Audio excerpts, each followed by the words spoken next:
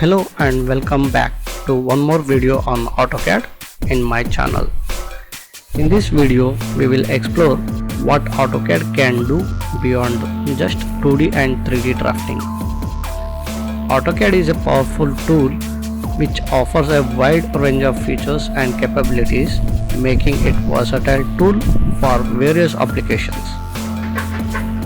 Just like importing other files like PDF or image files into AutoCAD, same thing we can import 3D models into AutoCAD. Just type the keyword like import and it will open the command.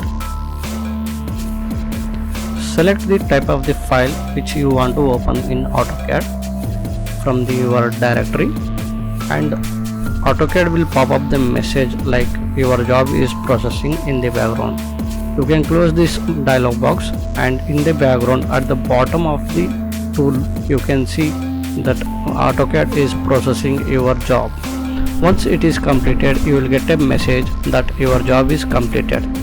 Click on that icon so that you can open your model and you can see. Just zoom into that particular area by using a command, zoom command, Z enter, A enter, and just zoom out or zoom in inside the object. You can see the 3D model has been imported.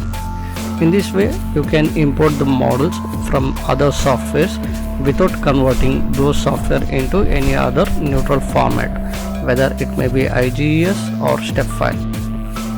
You can change the visibility from wireframe to realistic or realistic to shaded, whatever you want, and you can further proceed with your daily work.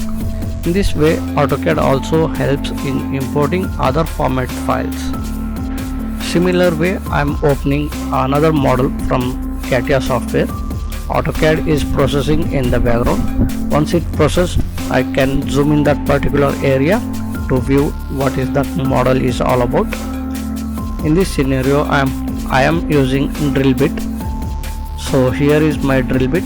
I can zoom in that particular area. I can rotate this one with similar to the 3D model what we have done in AutoCAD. Same way I can use this model which we have imported.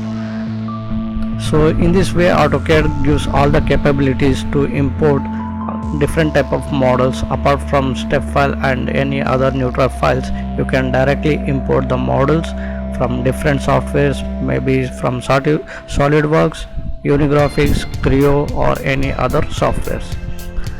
I hope this information was useful for you guys. If you have any queries, please comment in the comment section. I will help you in resolving those questions, and thank you for your patience, and please do subscribe.